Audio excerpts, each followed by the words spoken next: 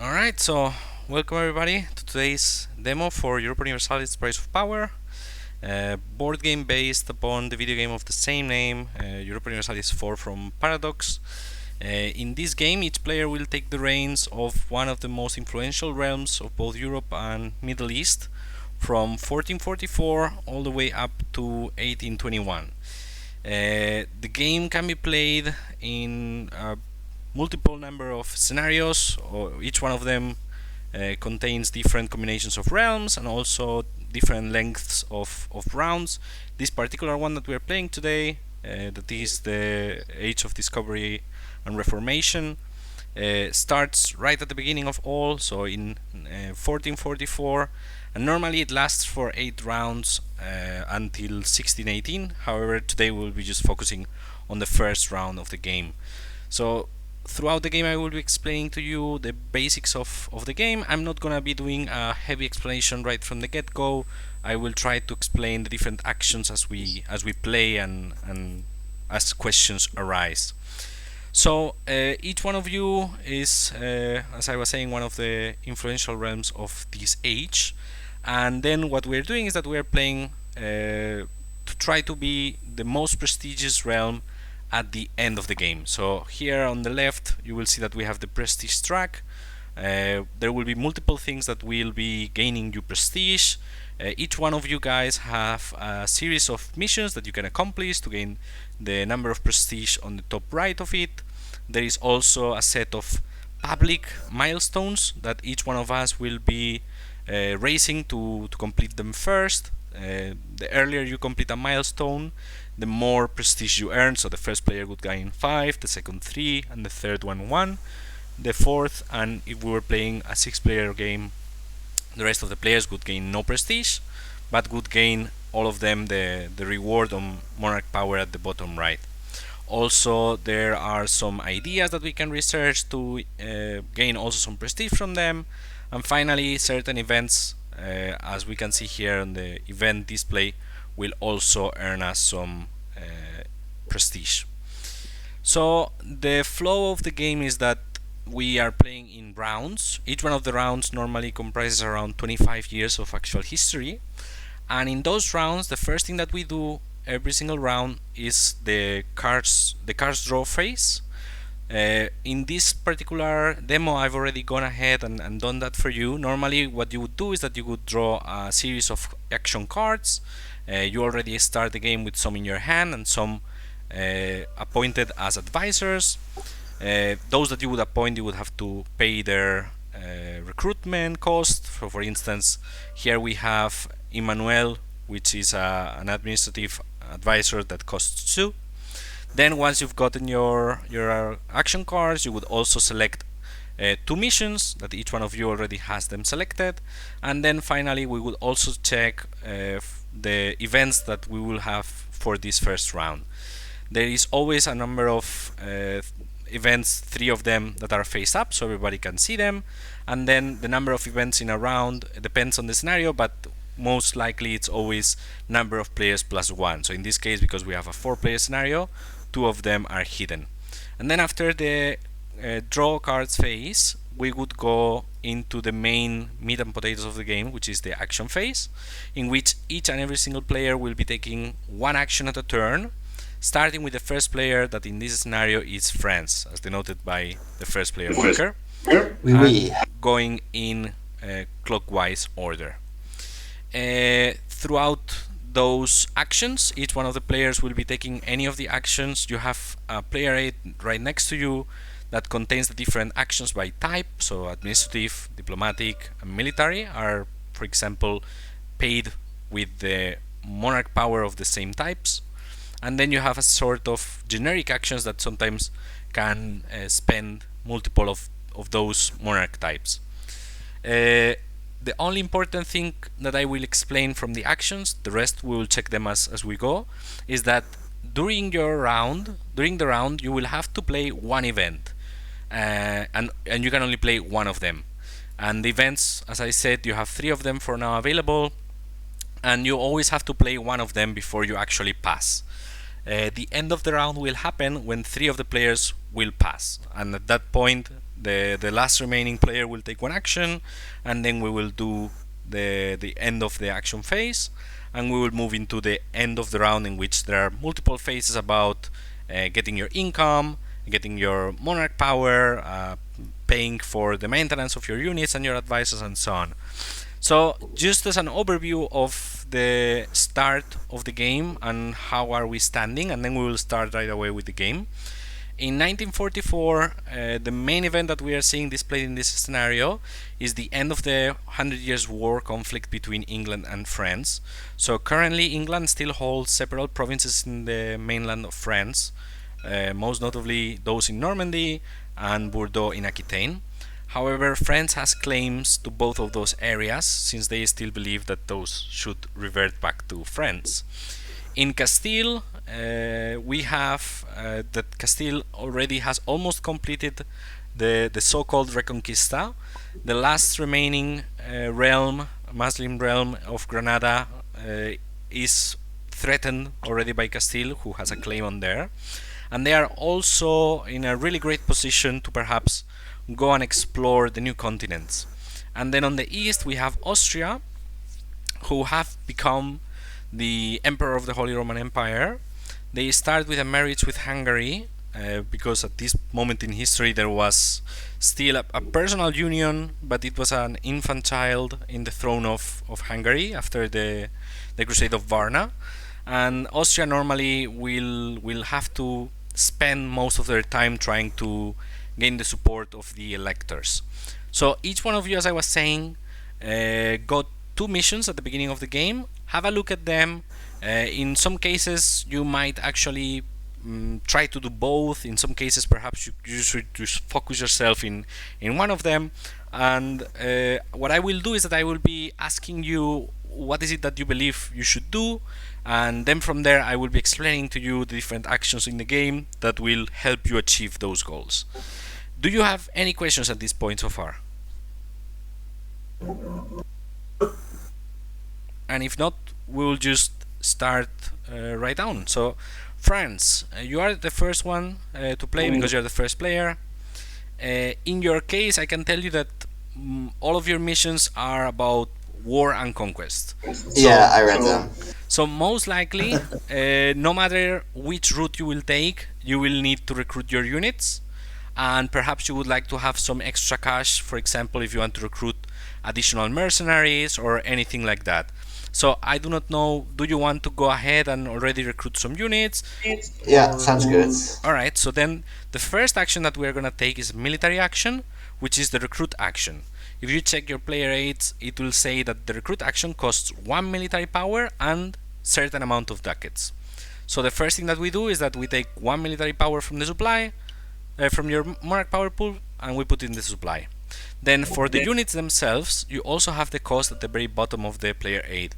So infantry costs 2 ducats, cavalry costs 5, and then artillery would cost 6. However, for artillery you would have to research cannons, which you don't have right now.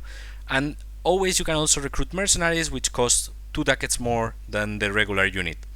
At the same time that you recruit units that are land units, you can also recruit any ships if you wish, and then the cost for the ships is at the bottom. But since most likely you will be focusing in war at land, perhaps we'll just recruit some land units. So when recruiting units, you do so in your areas meaning the areas in which you own any provinces. For instance, currently you have already your army number 1 here in Seine, and you can see that this army 1 by checking the silhouette in the army mat, so it's the same figure. And you have army 2 located in Aquitaine. Army 2 only have 1 infantry, and army 1 has 2 infantry and 1 cavalry. So perhaps you could recruit 1 more unit into army 2, so that you would be able to siege, for example, Bordeaux if you were to fight against the English, and the rest perhaps you can just recruit them in army 1, no matter if you want to fight the English or if you want to fight the Britons, for instance. So with that in mind, you have 13 ducats, so, and you have 4 of your manpower that is available and ready to be recruited into your army. So let me know what you want to do with that. I'll put 2 in both, I guess. Alright, so 2 infantry in both, that would be 8 ducats. So we'll just remove 8 from you, and you would still have 5 ducats left if you want for later on. Alright, so that would be your action, and then we move to Spain. So, Castile, sorry. So you have two options, basically. You can either head south and finish the Reconquista, taking Granada, or your alternative is to actually just go into exploring the New World. I think I would start with the Reconquista first. Sure, so similarly to France, you have some available manpower that you can also recruit and add into your existing army. So for that then you would have to also spend 1 military power, and just like him, a certain number of ducats equal to whatever you want to recruit. So let's say that we are spending 1 military power, so put 1 into the supply. Okay. And then since you have no cavalry, perhaps you can recruit 1 cavalry, that would cost you 5. And another 6 would bring you the other 3 infantry. So I can take care of that and put them in your army, and you can pay, in this case, 11. So you just leave for yourself 1 ducat, and then the rest we would spend them. You can leave that one in the treasury. Alright, England. Yeah. Can we take an action first go? You mean an event? Yeah, an event. Sorry. Yeah, so with the events, as I said, there are 3 of them always available face up, and those normally come in 3 different types, and actually the 3 different types are here. You have what we call the A events, like this border friction, that they are always having a mortality symbol here at the bottom of the card. These are used to represent the pass of time. Whenever one of them is played, all of the characters in the game that have that same symbol receive a mortality token, and whenever any character receives 2 of them, then they die. So that's a way of symbolizing how the time is moving forward. Then we have the B events, which are just generic events that sometimes they will be affecting all players by equal, sometimes they will be a bit regional, let's say, like the one we have here about the death of Charles the Bold, the last Duke of Burgundy. And then the last one are the realm-specific events. These ones will be always associated with one of the realms that are being played in this game, in this case, for example, France. You can always select any event, no matter if it's, for instance, in this case, the specific event of another player. And when you take an event, either they will have one big block of text, in which case you are just reading from top to bottom and resolving it as it goes, or it will bring you an option of A and B, in which case the player who is taking the event is the one that chooses which one of the 2 effects happen. For the realm-specific events, normally the option A is the most historical one and also the most beneficial one for that realm, and option B is the alternate history version and always tends to be a bit more harsh on that player. So with that in mind, England, select any of the 3 events and let me know. Sorry, Mix. The Surrender of Maine event. Yep. Now, a truce. How long does a truce last? The truce lasts for the entirety of the round. Okay. That's until we pass, isn't it? Yeah, that would be until all of the players have passed, and then in the next phase, so we are now in the action phase, in the next phase, that is the Peace and Rebels phase, we would remove all truces. And France would lose a claim in one of my in my realm, wouldn't it? Yes. Go for that. I'll go for Surrender of Maine. Alright, so because England is at peace, you may cede Maine to France. So in that case, you would remove your town from the map and put it back into your town tray, and you put it on the rightmost open slot, and then France would gain a city over there. You would put it, I can help you with that, it's fine. We'll put it there, so France has gained Maine.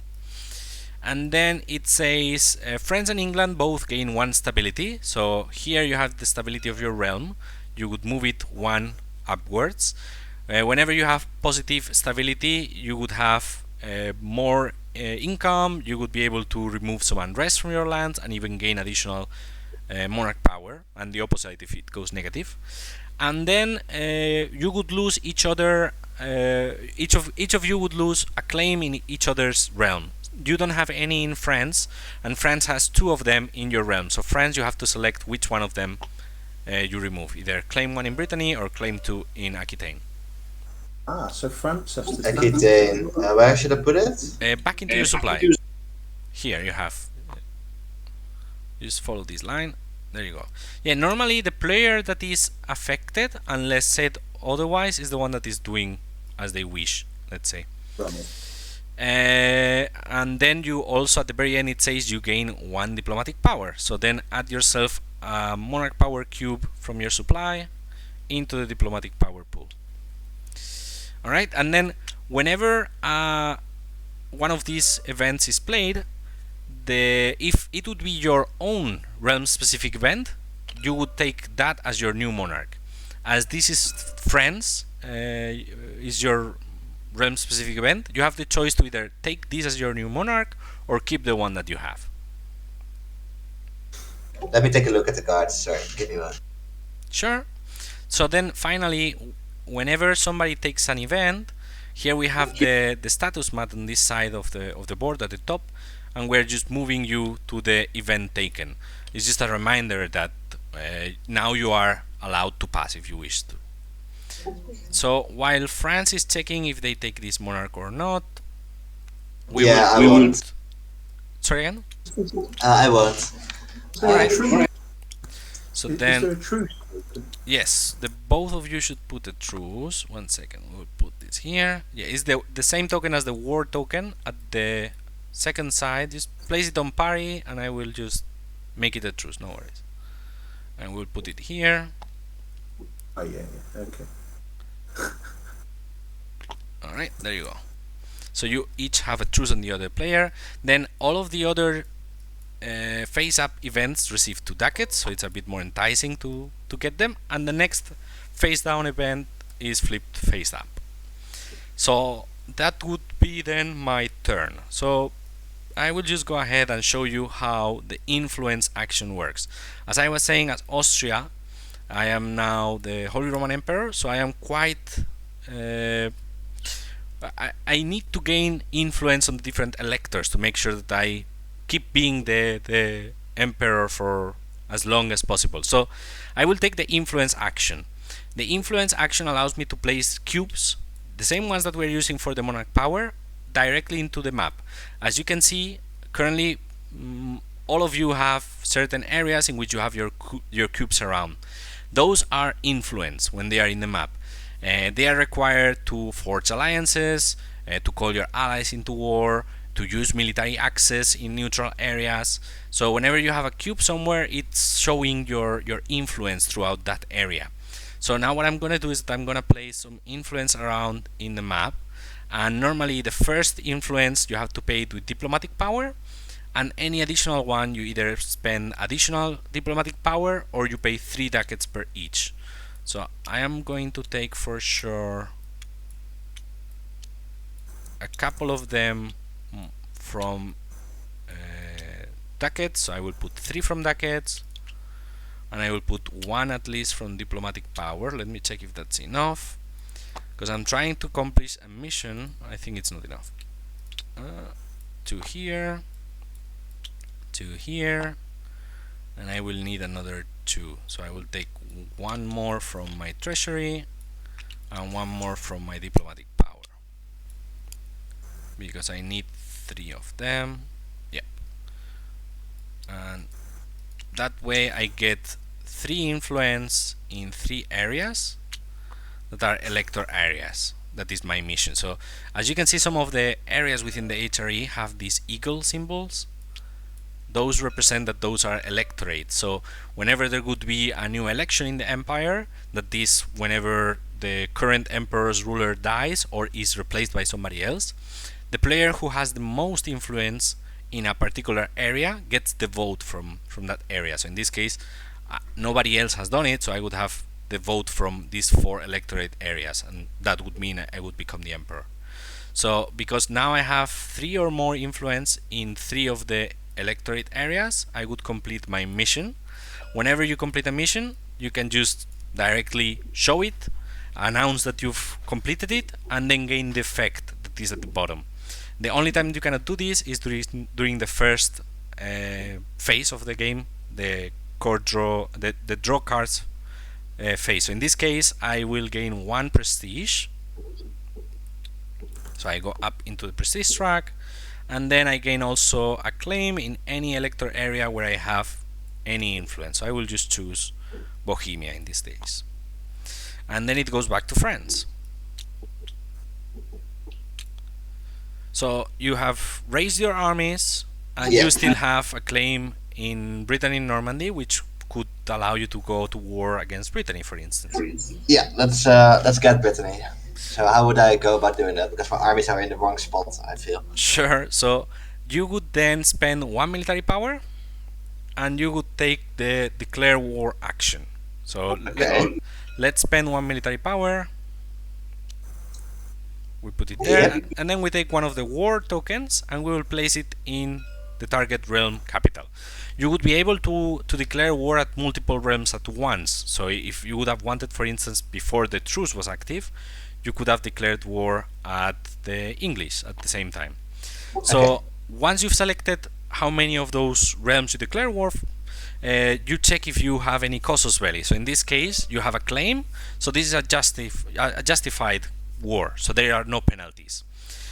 Once you declare war at the realm, the first thing that you check, if you have allies, like in your case, is if you would like to call them to arms. To call one of your allies to arms, either they have to be adjacent to you or to your new enemy. So in your case, you have two allies. One is Scotland and the other one is Provence. Scotland is neither adjacent to you nor to Brittany, so they will not come to your aid for this war. Provence is adjacent to both yourself and Brittany because they also have one province here in Aquitaine, the province of Anjou. So if you wish, you could call to arms Provence to help you in this war. To do so, you would have to spend 2 of your influence in any of their areas, so meaning those 2. And they would provide you with 1 military power because they are adjacent to your enemy, and they would also provide you with 2 allied units. I feel like I should be able to do it on my own, but is it wise to do so anyways because of the military plus? If you get that military power, it will help you later, for example, to siege them down. So well, why not? Alright, so we remove both of the influence, and we will flip the token to show that they are active.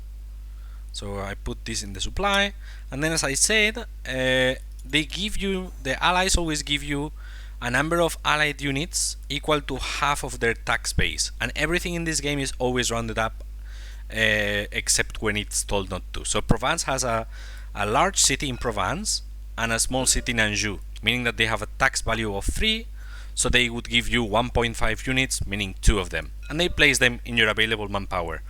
Whenever you take a recruit action, you can recruit any allied units as infantry for free or as cavalry paying 3 ducats. So once you've called to arms your allies, the defender can do the same if they had any. In this case, they don't. And then what we check is if there are any combats that happened due to the declaration of war. So you don't have any land units in Brittany and Normandy, so there are no land combats, but they have ports that are facing the Bay of Biscay, where you have 1 ship, meaning that they will engage you in a naval combat. So we will move you out of the trade protection slot, and then for each port they have 1 ship. Since they have 2 ports facing you, this one and this one, they will have 2 ships attacking you in the Bay of Biscay. Whenever there is a combat, players always roll 3 dice. If it is land combat, it's 3 of the white dice. If it is ship naval combat, is 3 of the blue dice. Normally you would be able to appoint any admirals, for instance. The admirals are cards like, I will just show you one of mine, so I don't ask you to show any. Let me see if I can pick it up. This card. You will see that all of the advisors that you have hired in your cabinet, they have a square portrait. Meanwhile, this one has a circular portrait. This means that this is a leader. So he could be either a ruler if you needed one, or you could get them as one of your generals or admirals.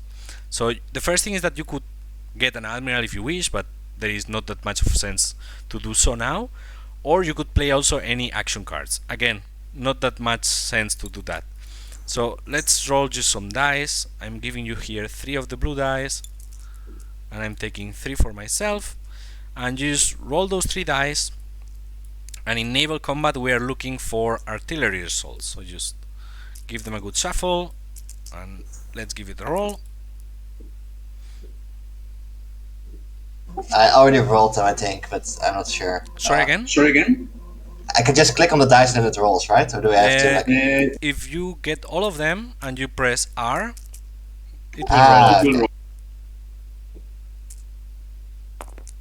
Alright.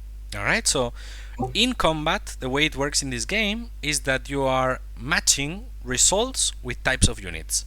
So in naval combat, as I was saying, we roll these blue dices and we are looking for artillery results. So for each artillery result that you can match with one ship, that would make one hit. So in your example, you have 2 artillery results, but you only have one ship, meaning that you can only make one hit. So you would defeat one of their ships, and they would do 2 hits on you, meaning they sink your fleet. So in this case, Brittany is the winner of the battle. Whenever a player would win the first combat in their turn, when they are the active player, they would win 1 military power. So if you would have won that one, you would have won 1 military power back. So they've won the battle, and all of the NPR units after a battle, if they win, they are removed from the board. The last thing that would happen is, if no combat would have happened, both land or naval, you would be able to then take either a recruit or an activate action. Since there was a combat, that would be the end of your turn. So we'll go to Castillo. Okay. I will take the Iberian wedding event. Alright, and which option would you like to check? It's quite obvious, but... Yes, the A. Alright, so then it says that you will gain 2 unrest, which means that you will have to flip 2 of your provinces in Leon to the unrest side, and normally you want to do that in your small provinces. Okay. And unrest basically means that at the end of the round, or whenever there is a rebel symbol in one of the events, you would roll these unrest dice and suffer consequences. Either they would become rebel, they would make you lose some monarch power or some ducats, etc, etc. And then there are 3 rebel units that are also appearing in Leon. I'll put them here. And the only danger here is that at the end of this phase, when we go into the rebels phase, whenever there are rebels in an area where there is unrest, they also will siege down those provinces. So this is something that you should be looking at taking care of soon.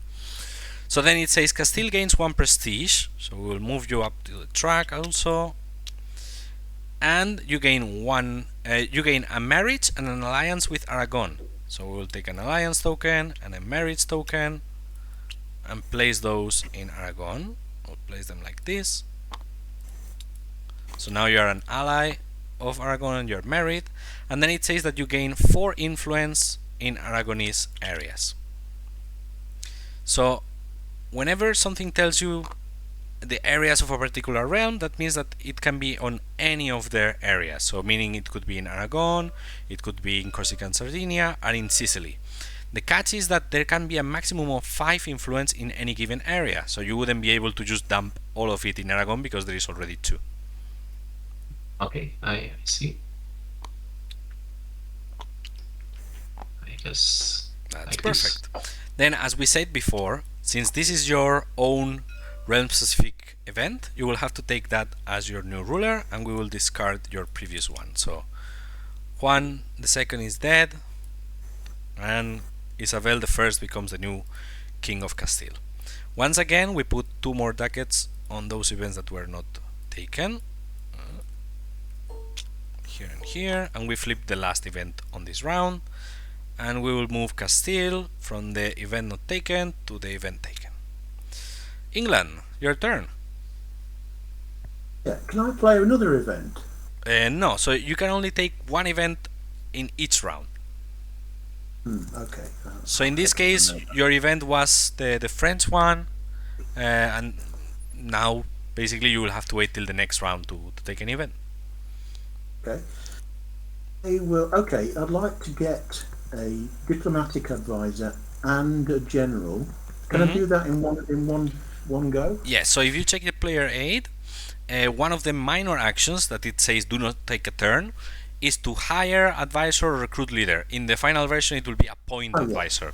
So as a minor action, meaning you still would have to take an action for your turn, you could appoint either advisors or generals or admirals. So in this case, if you would like to, for instance, hire Patrick, you will have to spend 2 ducats for him, because that's the cost at the bottom. And then to recruit your leader, either as an advisor or as a... You can drop it wherever. Doesn't matter. Perfect. Philippe, at the bottom right, it says a 1. And that means that you would have to spend 1 military power to hire him. Alright? And then I guess you put it on army 1, right? Yes.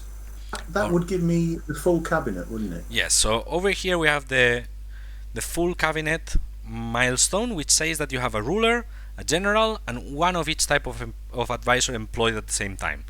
So in this case, because you are the first player, you would take one of your tag tokens, that is this small square one over here, to show that you've completed. Because you're the first player, you get 5 points, so we'll put you up in the track. And then you also earn 2 administrative power, so you can take those directly from your supply into your pool. And as I said, this is a minor action, so you can still take your normal action. Okay. Yeah, I was hoping to do one of the other events, but never mind.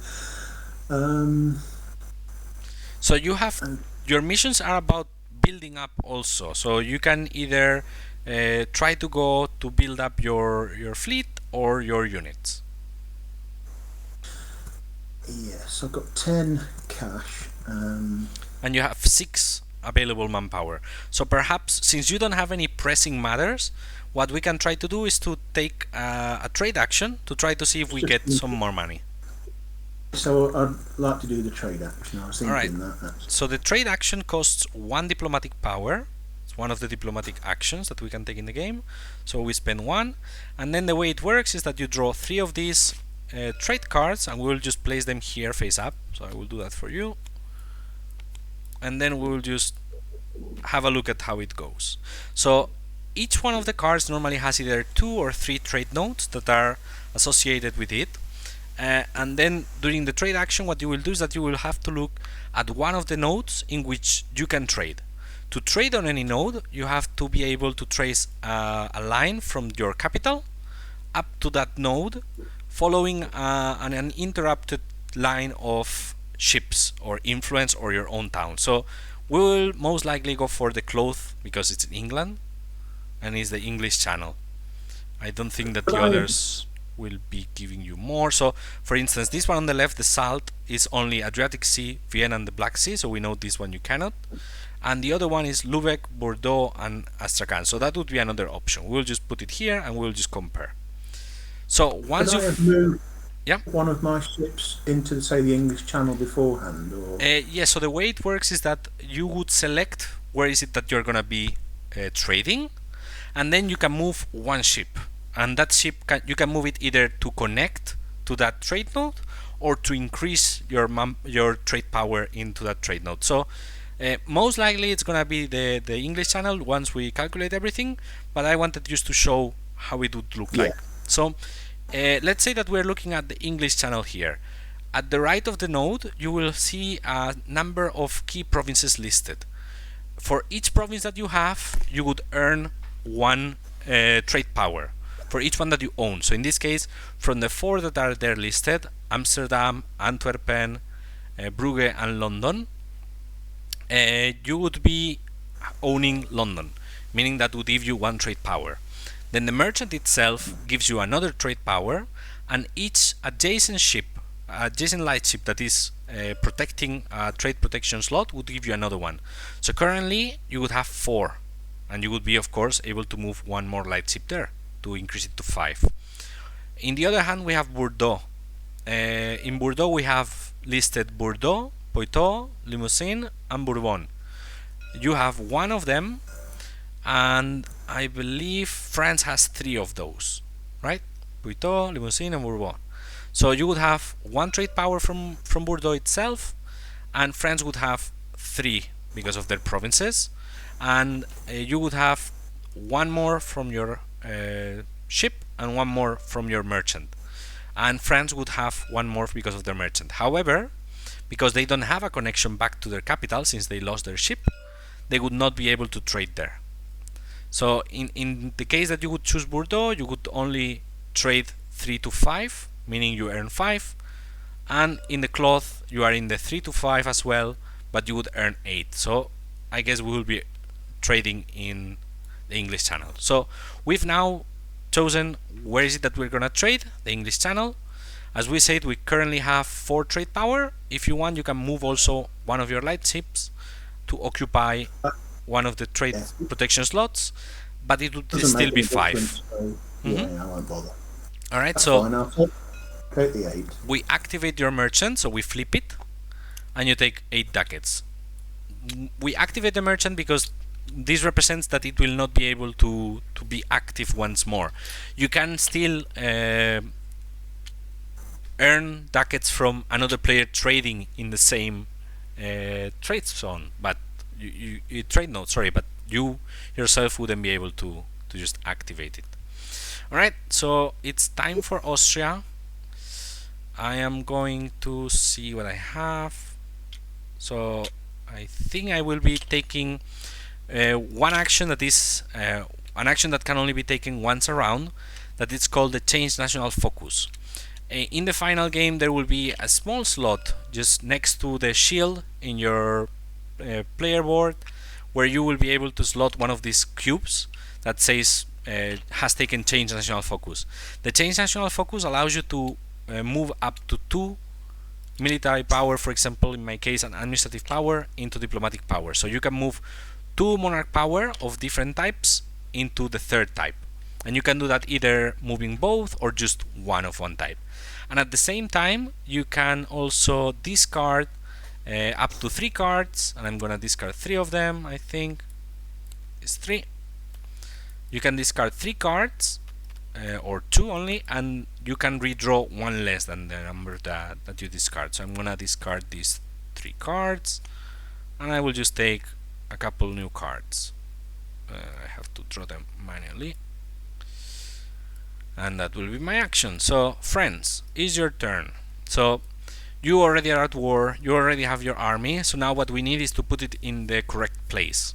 So to move either armies or your fleets, you would have to take an activate action, and to take an activate action you would have to spend 1 military power. And we will be, I guess, activating Army 1 to move it into Brittany and Normandy. So Yeah. so let's spend the military power. We'll put in the I think I forgot. Sorry again? I think I forgot to put down the military power I got from Provence, right? It's true. Yep, when you called him. So I'm giving it back. So now, whenever you activate land units or ships, normally you can move up to 2 spaces. So as you can see, any area is adjacent to all of the other areas that is touching it. So in this case, for example, you could move into Brittany and Normandy. And as I said, normally you move up to 2 spaces. However, you have to stop if you enter into a hostile or neutral space. So in this case, Brittany and Normandy that you're at war with would be hostile, even though you have one of your own provinces there. So you move there, and that would also trigger a combat between Brittany and yourself. So they have, once again, 2 small provinces, meaning that they will have 2 defenders. And just like in the previous combat, you would roll 3 dice. However, for land combat you roll this white infantry die instead. Okay. Again, if you would like to, you could have a leader that would lead your army, but I think it will not be necessary. Yeah, it's fine. So once again, you would match the icons roll to the types of units. So artillery, in this case, you don't have any cannons, so that would not inflict a hit, but you have 2 of them here. The tertiary result is a bit specific. Normally it is counted just as a normal infantry result, but if you ever research the tertius and janissaries idea, that would count as 2 infantry hits. And in my case, I rolled also 2 hits. So you've defeated the Britons and they've inflicted 2 hits upon you. So with the ship, if you remember, what we did is that we removed it from the board. But with the infantry units, with manpower units, what you do is that you place them into the exhausted manpower pool.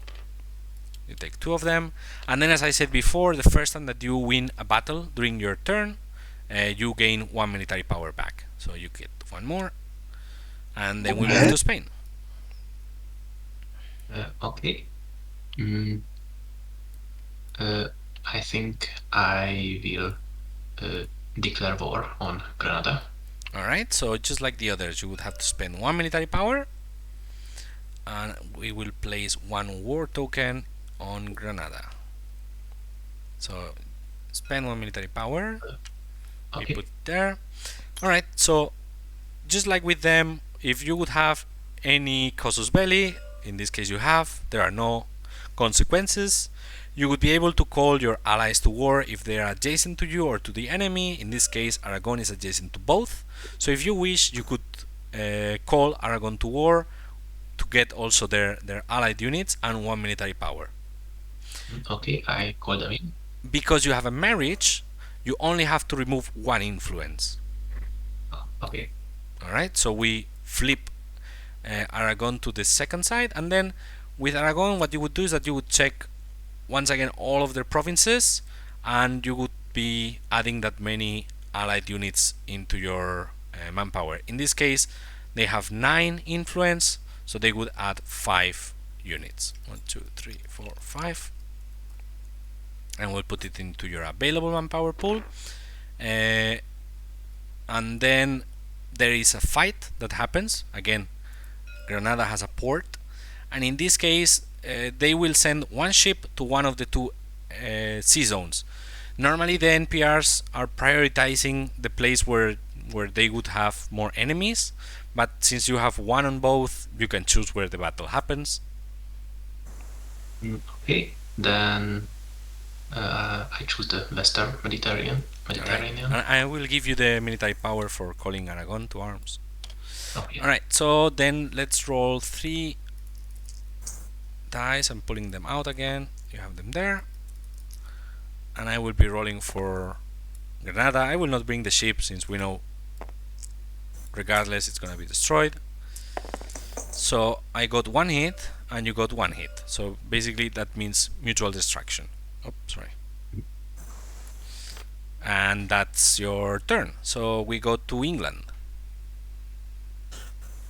I'd like to levy all of my manpower then. Alright, so we spend 1 military power.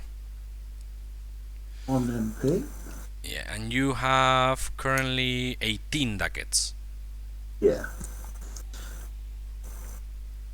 So- Okay. If I own Pale. Can I create an army in Pale?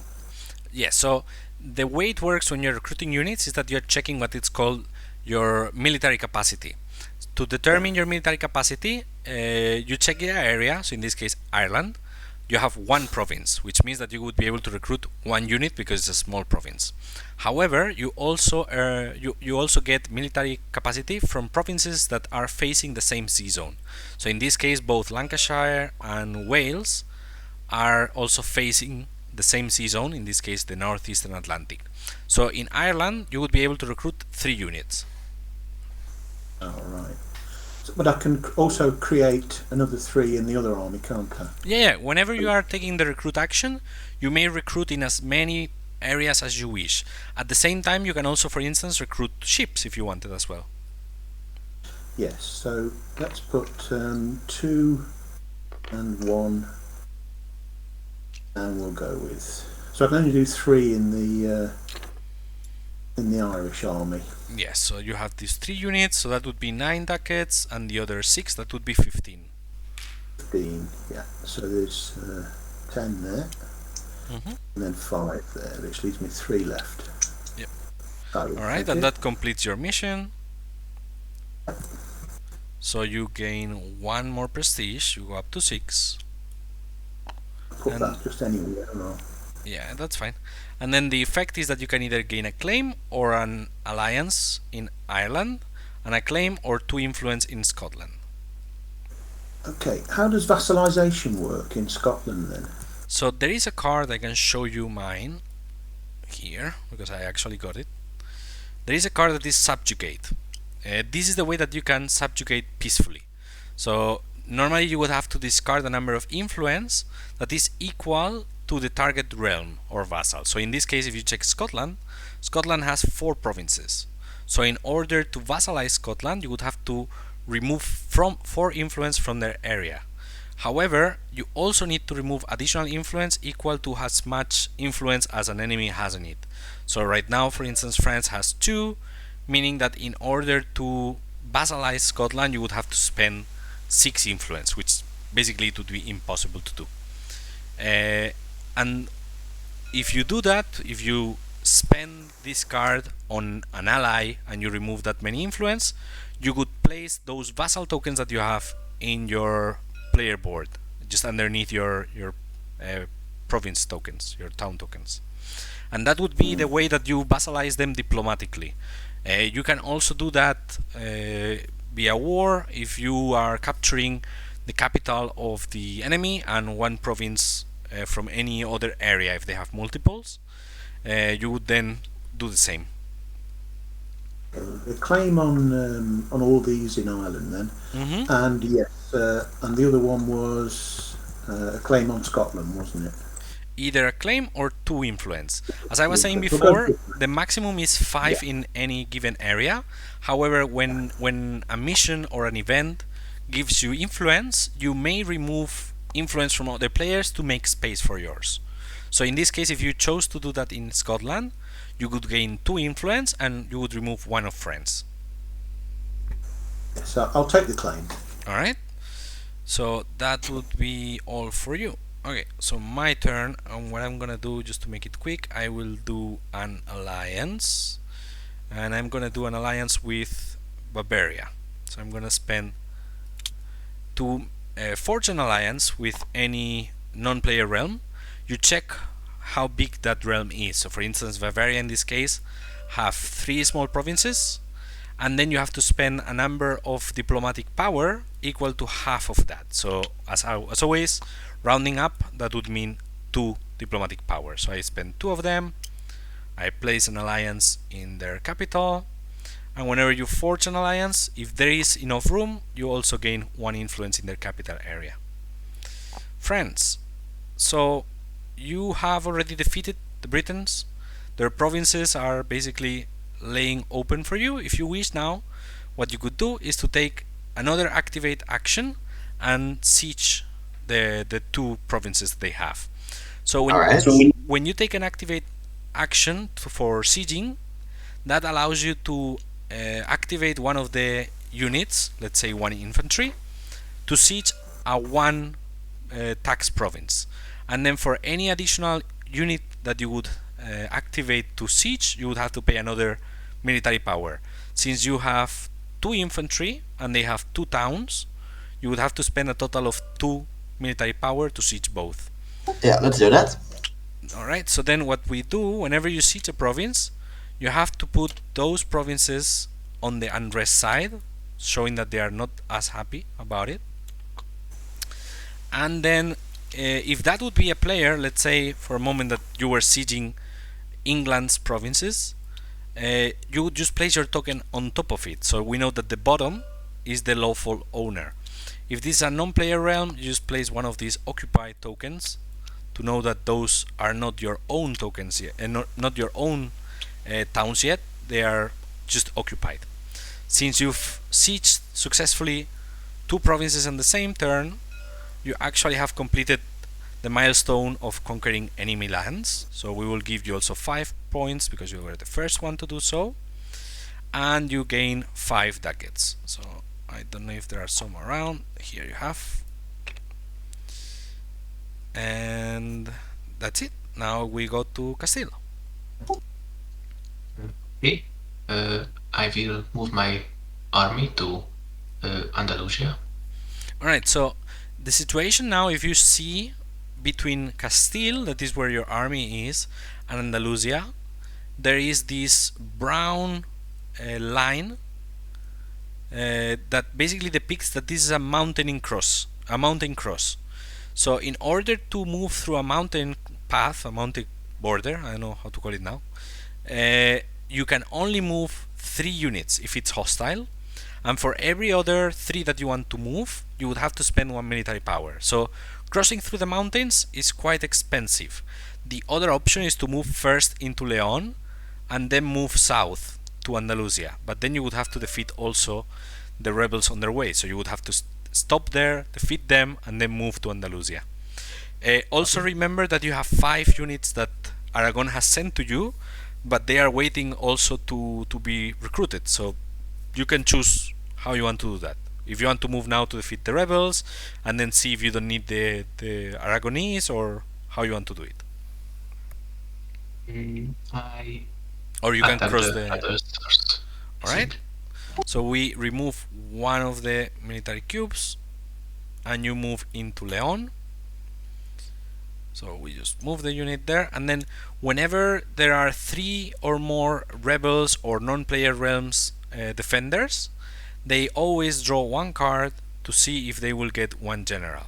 Since you are the attacker, you are the first one to decide if you would like to play any leader or any card. You don't have to, but just giving you the choice. Remember that if you spend things, you will have to spend military power in order to recruit them. So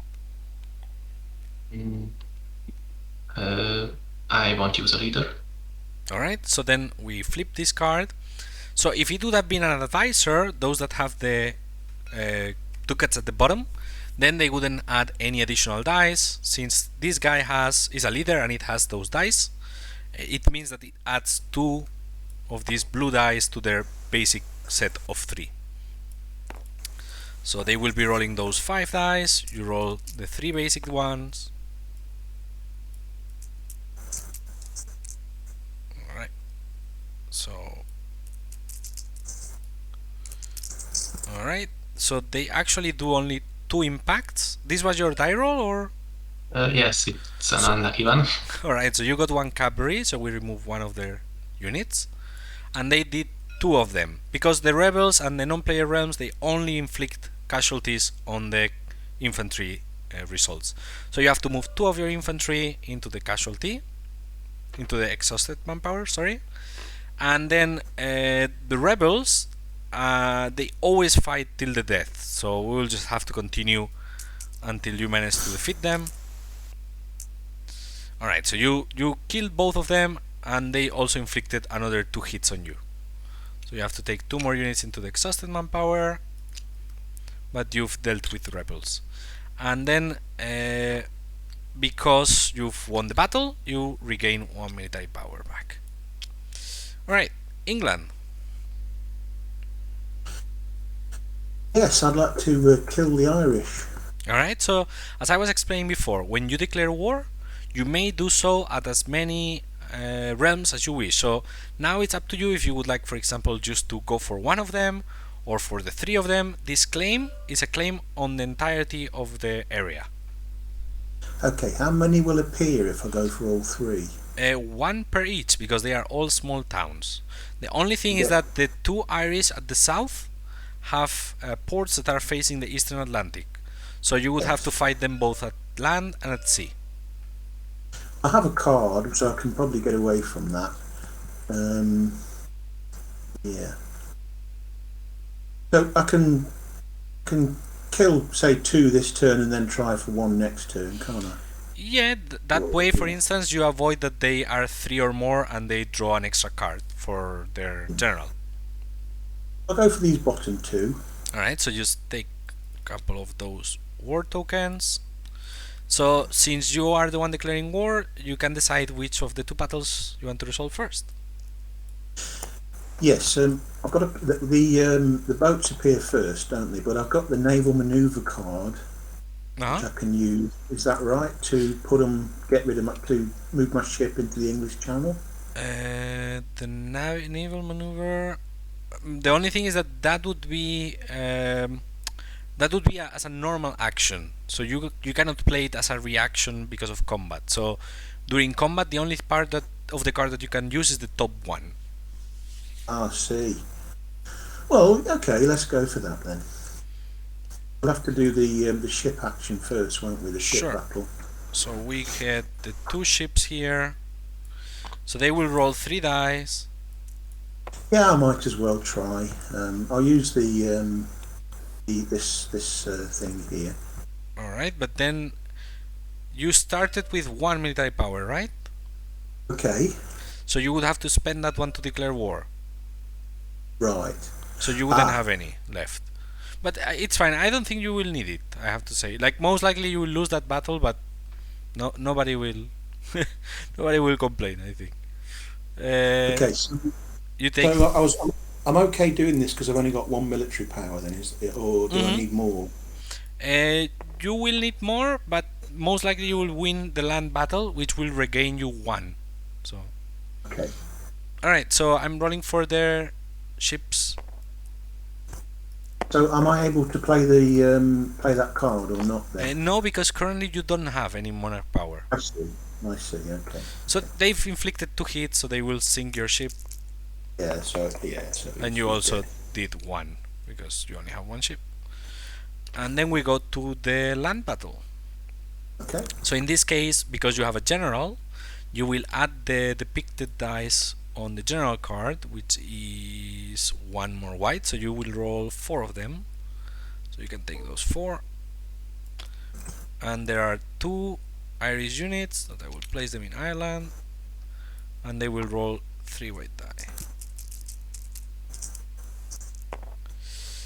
Alright, so they've done only 2 hits, and you got cavalry on there. Yes, so you do 2 hits on them, and they do 2 hits on you. So you can decide which one of your units takes the hit. So you could decide either both infantry or 1 cavalry. The only thing that you should know is that the infantry is able to siege 1 province, while the cavalry, you need 2 cavalry to siege 1 province. So you would have to most likely leave the infantry alive. And the units, you place them into the exhausted manpower pool, just in case that you refresh it later and you get more units. I had 2 hits against me, didn't I? Alright, so you regained already the military power, so that's fine, because you won the battle. Alright, so then, as I was showing before, I'm gonna be playing now this subjugate card. So I'm gonna choose my ally, which is Bavaria. Bavaria is my ally. They have a base tax of 3, and I currently have 3 influence in the area, so I can discard 3 influence and remove the alliance, and I will then place 3 vassal tokens on them. Normally this is easy to do if they are small realms, because you need to be larger, twice as large as them in order to vassalize them. So with Austria, I believe it's 10 at the beginning. It's 4, 5, 6, 7, 8, 9. So I have more than twice their size. So I spent the diplomatic power, that it's the cost, and the 3 influence, and now I have successfully vassalized Bavaria. Alright, friends. Yeah. So how can I defeat Brittany? Because I've occupied their provinces, but they're still alive, aren't they? Yes. So at the once we finish the action phase, as I said, the 3rd phase of the round is the peasant rebels phase, in which all of the players can try to conclude all of their wars through peace negotiations. In your case, if you keep the full occupation of Brittany, you will be able to then fully annex them. Okay. Then for now, I guess I'll just trigger an event. Death of Charles the Bold. Alright, so it says, all the players adjacent to Burgundy except you gain 1 military power. So that means that England and myself, we both earn 1 military power because we are both adjacent to Burgundy. And then you can choose A or B. Where do you border Burgundy? Sundgau. Yeah, sorry. Yeah, I'm here in Rhineland. Let's see. A is probably the better option for me, right? I don't know, both are fine. If you have the influence, if you have the diplomatic power that you require 2 to ally them. So yeah. I don't know what's better. Doesn't matter which one you want. A. Alright, so you have any influence in Burgundian areas? Yes, because you have 1 in Burgundy. Yeah. So then you gain a marriage with them, so we'll place it in their capital, a marriage. And you gain 3 influence, which you can place on any of their provinces, in any of their areas. So it could be in Burgundy itself, in Seine, or in Flanders and Wallonia. Alright, so then certain events, as you can see with the example of the death of Charles the Bold, have some icons at the very bottom. Once the players have resolved the text in the card, we would also have to resolve the icon. In this case, this is attrition. Attrition says that any player that is at war, that has, I believe it is for each 4 land units that you have deployed, you would lose 1 of them. So I'm not at war. France is not affected because he's the one playing the event. Castillo doesn't have 4 units deployed, and England has 5. So England, you would have to put 1 of your units into the exhausted manpower. Then France, you would gain all of the ducats that are in that event, and we will place another 2. One of these has to go into my exhausted manpower. Yes. And then we also move France to the event taken. So Spain, you've defeated the rebels, but now your numbers are dwindling. So perhaps it would be the best moment to take the allies into your army. So you would have to take a recruit action. Yeah. And then you can take all 5, for example, as infantry if you wish. Yes, that was I thinking. Perfect. So England. So you have only 1 infantry unit. So that means that you could activate it and siege 1 of the provinces. If I move my other army over, how long will that take? So the problem is that in order to move your units, you will need to have ships. And currently, if you move any ships into either the Eastern Atlantic or the Northeastern Atlantic, you will have to resolve another combat with the Irish. So I think that you are better off just sieging with this infantry for a couple of turns. Yes. So you would activate it first and just choose which one of the 2 Irish provinces you occupy. And I'm bringing a token. Fine.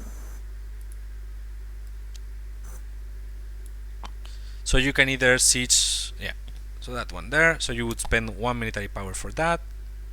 Okay. Just put it in the supply. Let me just check.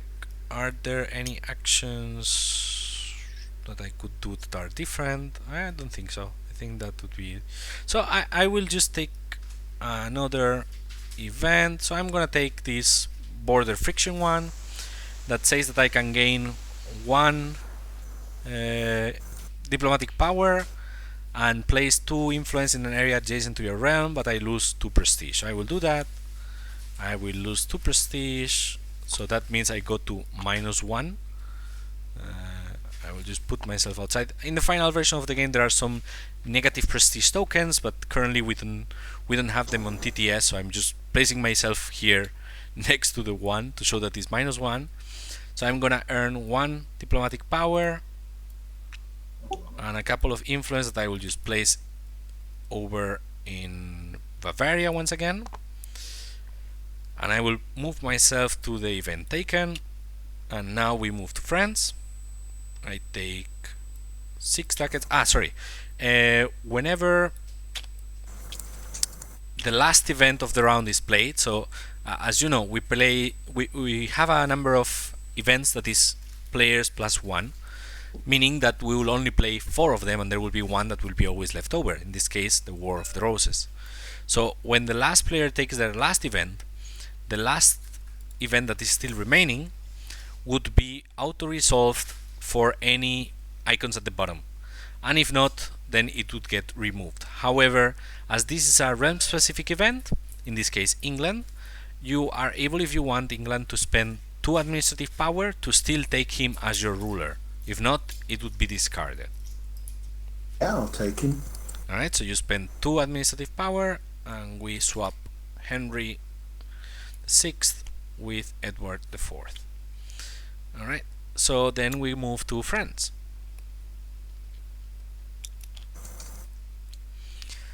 Alright. So currently your war goals are met. You've already managed to beat the Britons. You are at war, meaning that there are particular things that you cannot do. So if you check out your diplomatic actions, while you are at war, you cannot forge alliances, you cannot fabricate claims. So you have some diplomatic power that you could use, for example, to spread your influence around or to trade. And then you also have some administrative power that you could use. However, there are no areas that need converting, you cannot colonize, and you don't have enough stability to raise it. So the only option, if you want, is to play some influence. And looking at the milestones, if you have a look here, you have the Italian friends one that requires you to spread a bunch of influence across Italy. So that would be your only option what to do for the remainder of the round. Other than that, I guess that you could play, for example, if you want, let's do this. We're gonna be playing this card here, Man of the Church. Yeah, I was wondering because I had some cards, so I was like, can I play those, please? Yeah, those cards are normally played as an action as well. So you would have to spend 2 ducats, and you would have to spend 1 administrative power. And then let's say that you are doing the last action. So in Man of the Church you have 3 different actions that you can take. The first one is to convert an area, but all of your areas are following your religion. The second one would be to get some influence around, and the third one, that is the one that we are going to take, it says that if you are Catholic or counter-reformed, you gain one cardinal. So whenever you gain a cardinal, we have here the cardinal, the papal curia, you take the leftmost spot on the curia. So in this case we would slide everybody else and you would take your cardinal over here. The papal curia works like this, that the player that has the most cardinals is the controller. Until now Castillo was the controller because he was the leftmost between the players that were drawn, but right now, because you have 2 of them, you become the uncontested papal controller. Being the papal controller means that you can take some special actions, so you can excommunicate rulers, which gives you a casus belli. All the Catholic players have a casus belli against any excommunicated ruler. You can also call crusades, for example, against any Muslim realms, and also you get some bonuses that will affect the upkeep, like the -1 to the upkeep of advisors, additional diplomatic power, and a reduction on the cost of increasing stability. So overall, a good move. And also if you are uncontested, you also gain some additional prestige at the end of each round. So Castillo, now is your turn. Okay. I move into Andalusia now. Alright, so removing 1. There will be 2 units that they will defend, so I will just place them there and then we can just roll the dice. So Okay. 3 for each. Alright, so I'm rolling over here. Alright, so you got 2 hits and they only got 1. So they will remove 1 of your own units, because always we start with mercenaries, then your own units and their allies. And both of them are defeated and you gain 1 military power back. England. Siege this second. Alright, by the way, you didn't place your actual town tokens. You have to take 1 from your player board. No, you take them from your board, because that unlocks an increased income, and they always, whenever you siege, they are placed on their unrest side. Alright, so what I will do now... That's one military power, isn't it? After Yeah, the second one. So I will just pass. In this case, because I'm the first player to pass, I will earn 5 ducats. And the first player that passes would be the first player on the next round. Unless they were already the first player, in which case the second player to pass would become the first player in the next round. So France, your turn. As I was saying, there aren't that many things that you can do right now. The rest of your action cards are a bit too expensive, so let's say that you are the second to pass, alright? Yeah. So second to pass, you earn 3 ducats. So you can take 3 ducats, 1, 2, and we'll copy 1. Castillo, you only have 1 military power, meaning that you will have to do just like me and do a change national focus action to change some of your monarch power into military 1. And you can change 1 from each. We are not going to change the cards themselves. England. I'll do another trade action. Alright, so spending 1 diplomatic power. Yeah. Let's see what cards come now. Alright, so let's see.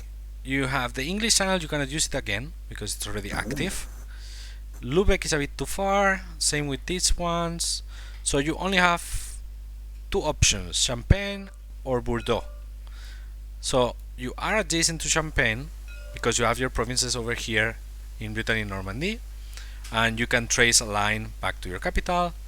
And from Bordeaux, if you were to move 1 ship, you would also be able to trade. So those are your 2 options.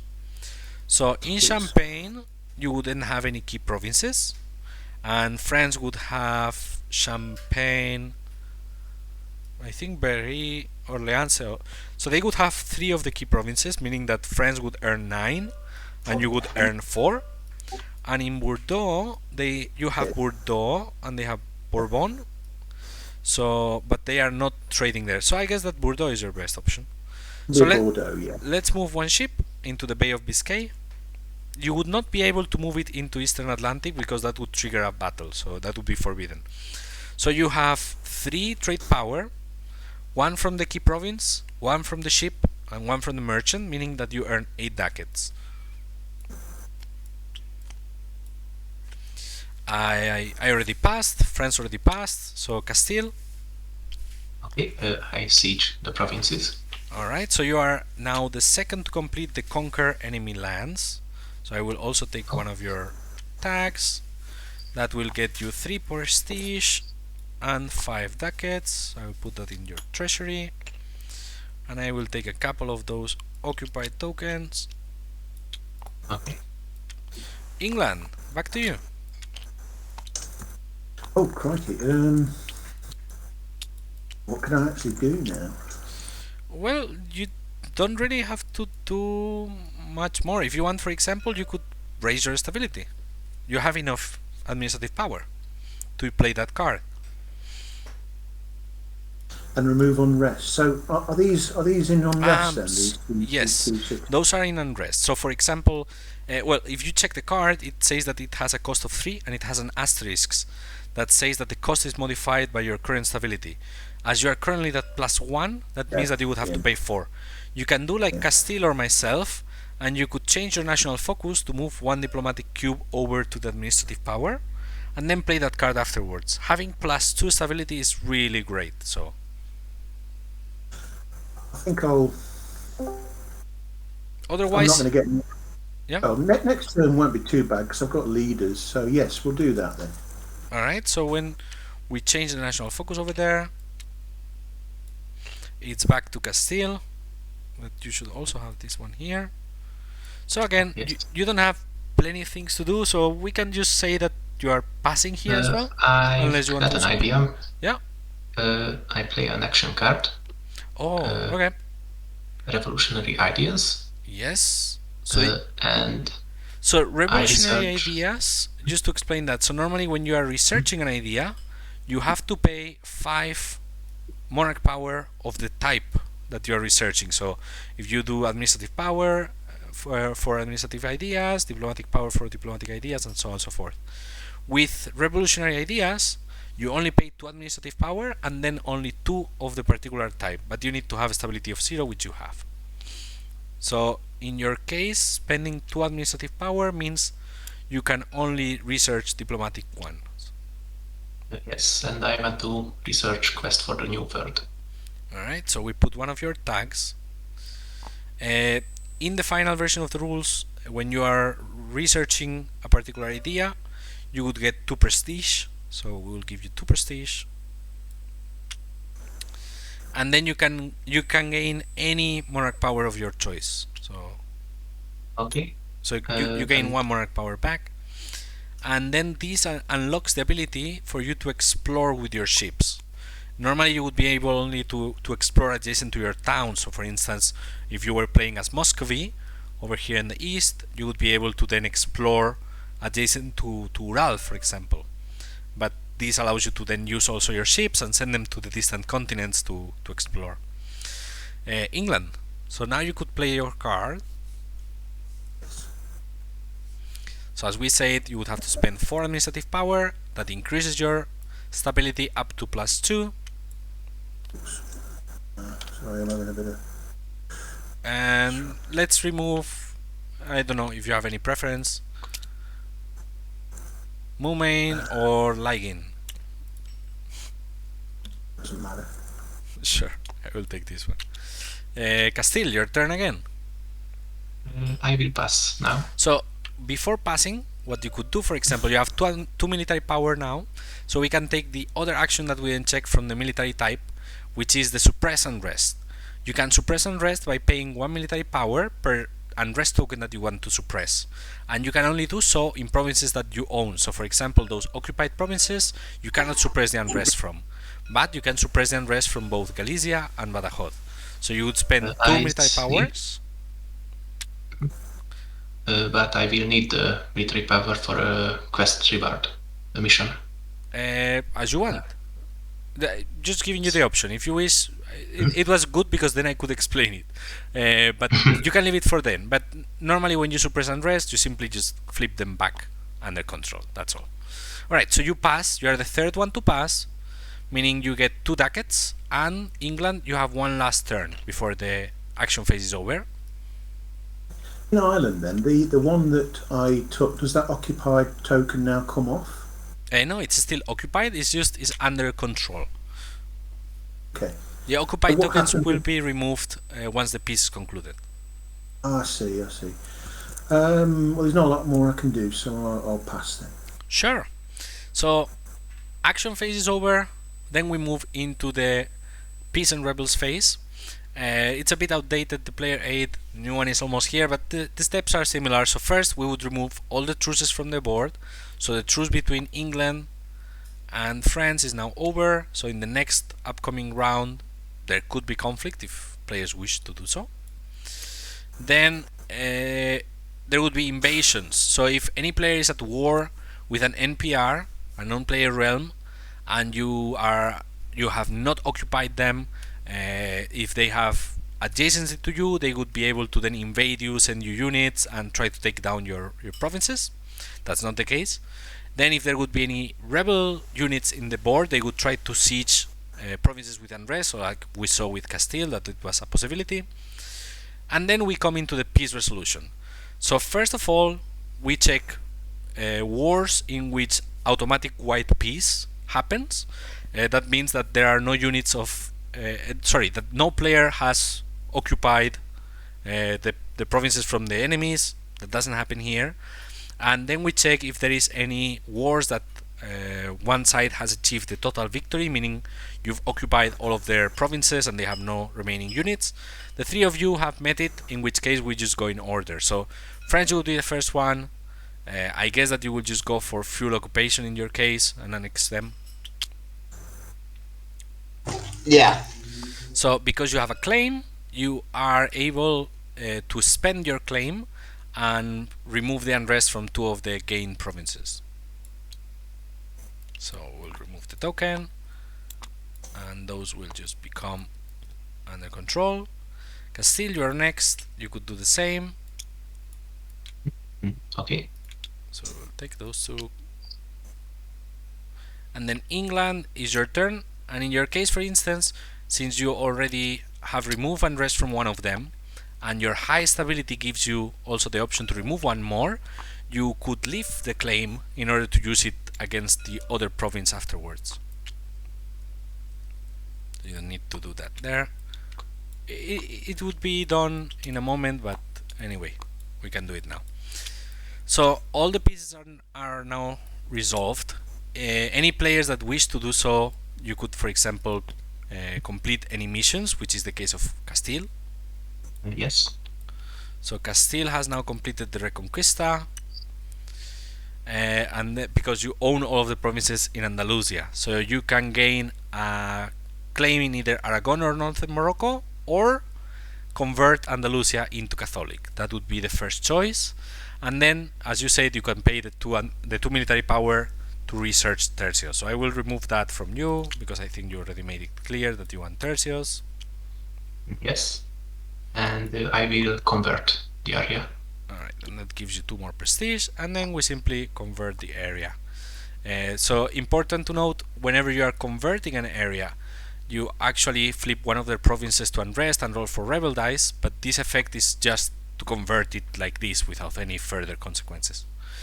So we've already concluded all the pieces. Now is when high stability would allow you to remove the unrest, like England did from Ireland, sorry. And then what we would have to do is to roll rebel dice from all of the different provinces that we have with unrest. So, and Provence, when the war was over, would come as under control. So in this case, Castile, you are the only one that has provinces with unrest, so you would roll 1 die for each province, so you roll both because they are in the same area. And let's see what happens. So in this case, you can remove unrest from one of them, and then the other one says exhaust manpower. So if you had any available manpower, you would have to exhaust one of them. If you don't, you have to exhaust one of your units from your armies, and these allies are gone actually. Alright, so that's all for the rebels. And then after the peace and rebels phase, in the final version of the game there are 2 phases, which are, one is the income and upkeep phase, and the other one is sort of the status phase, let's say, where you are taking care of multiple tags, cheats, and so on.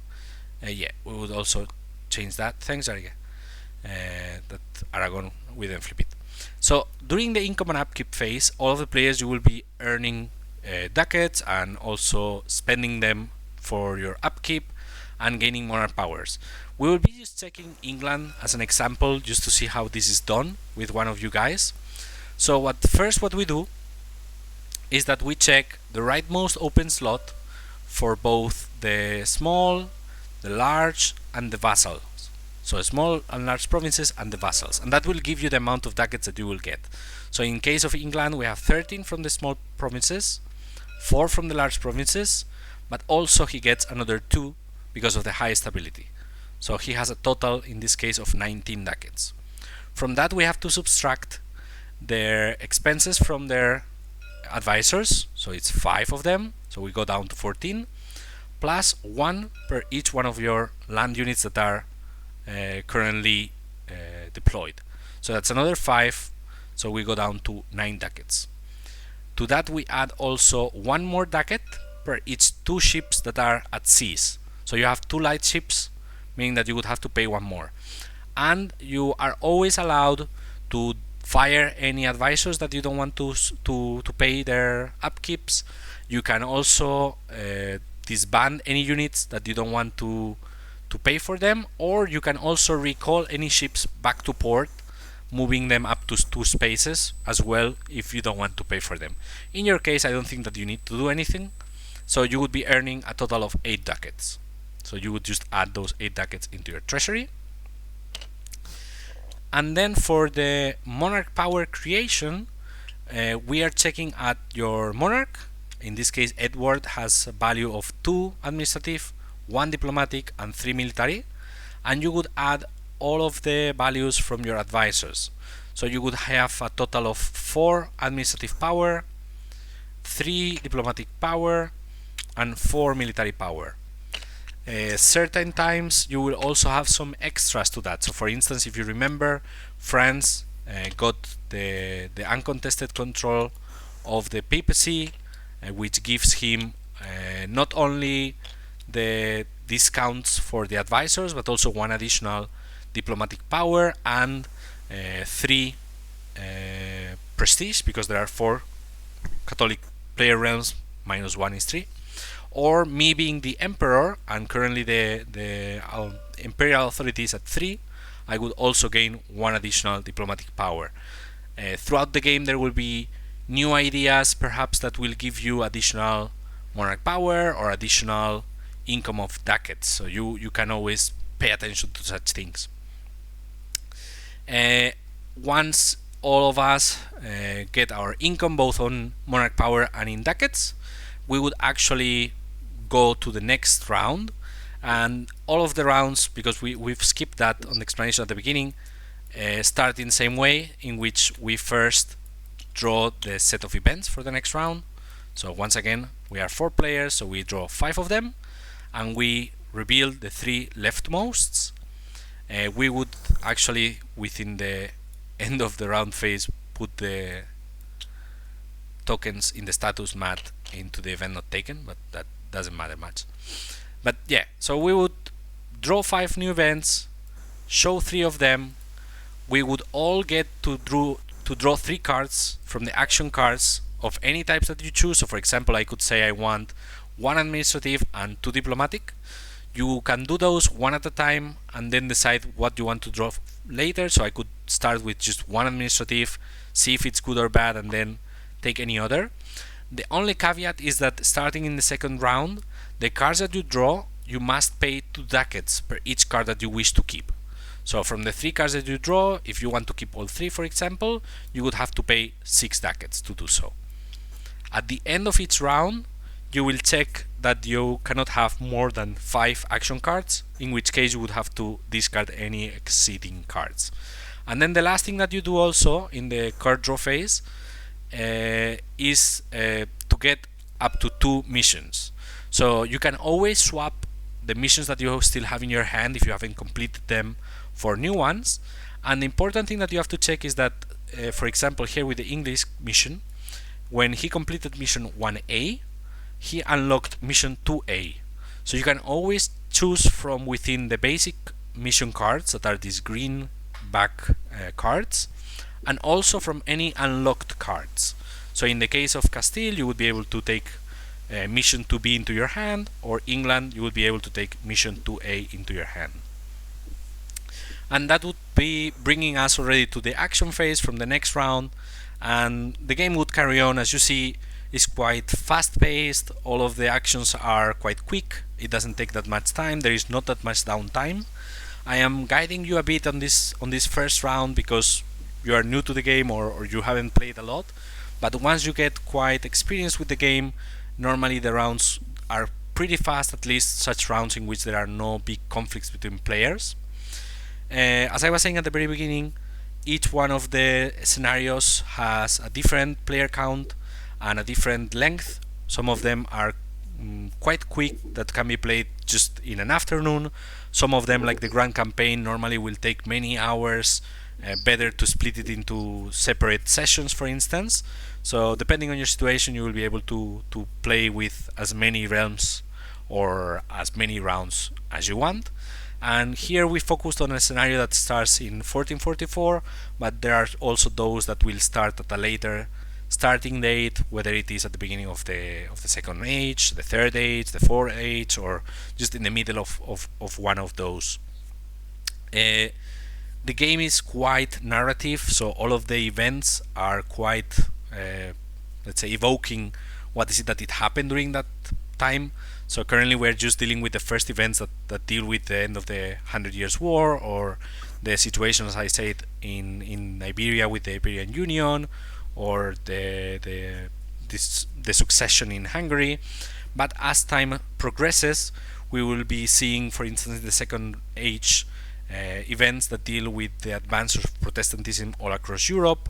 In the third age, we will see events that deal with the war of the 30 Years War, and later on, for example, on the Fourth Age, we will see the spread of revolution across Europe and the revolutionary wars with Napoleon at its head. So, depending on the age and depending on the realms, the game changes drastically.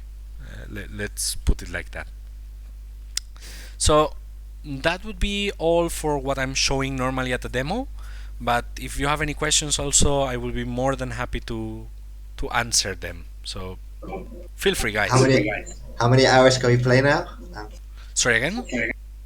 Can we keep playing? And if so, for how many hours? No, for today it will be the next 20 minutes maximum.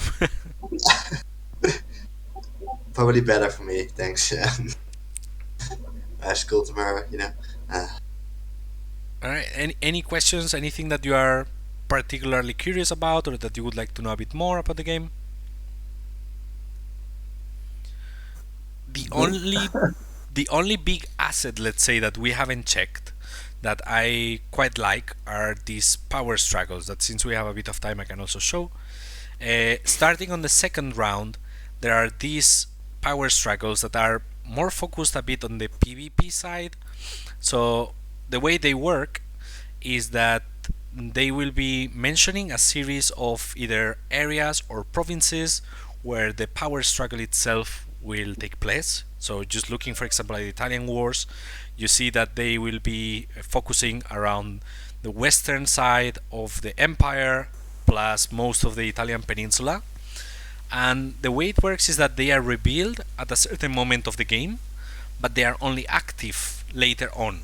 So players normally have a couple of rounds, or at least one round, in which they can prepare for the power struggle, and you are earning prestige by either having alliances with realms that are located there, having marriages with realms that are located there, or either owning towns or having your own vassals over there. So these power struggles are one of the most, let's say, player versus player oriented things in the game. Whenever one of them comes up, it can flip the table attention into a particular region of the game, of the world, sorry. They are quite historical, so as you can see here we have like the Italian wars or the 30 Years Wars, and then distant trade is just representing the tensions in the colonies that arise between the different realms throughout this period. So just to show you that other things that happen a bit later on the game when the game advances that can lead into a bit more conflict between players. Alright, so if you don't have any more questions, we will wrap it up here. Hope you like it. Look for more games here in the Discord channel. Also, if you're interested in the game, make sure that you are checking the website of Eiger Games. They have the game up for pre-orders, and that's all. I hope you enjoyed it. It was a pleasure from my side, and I will see you in the next one.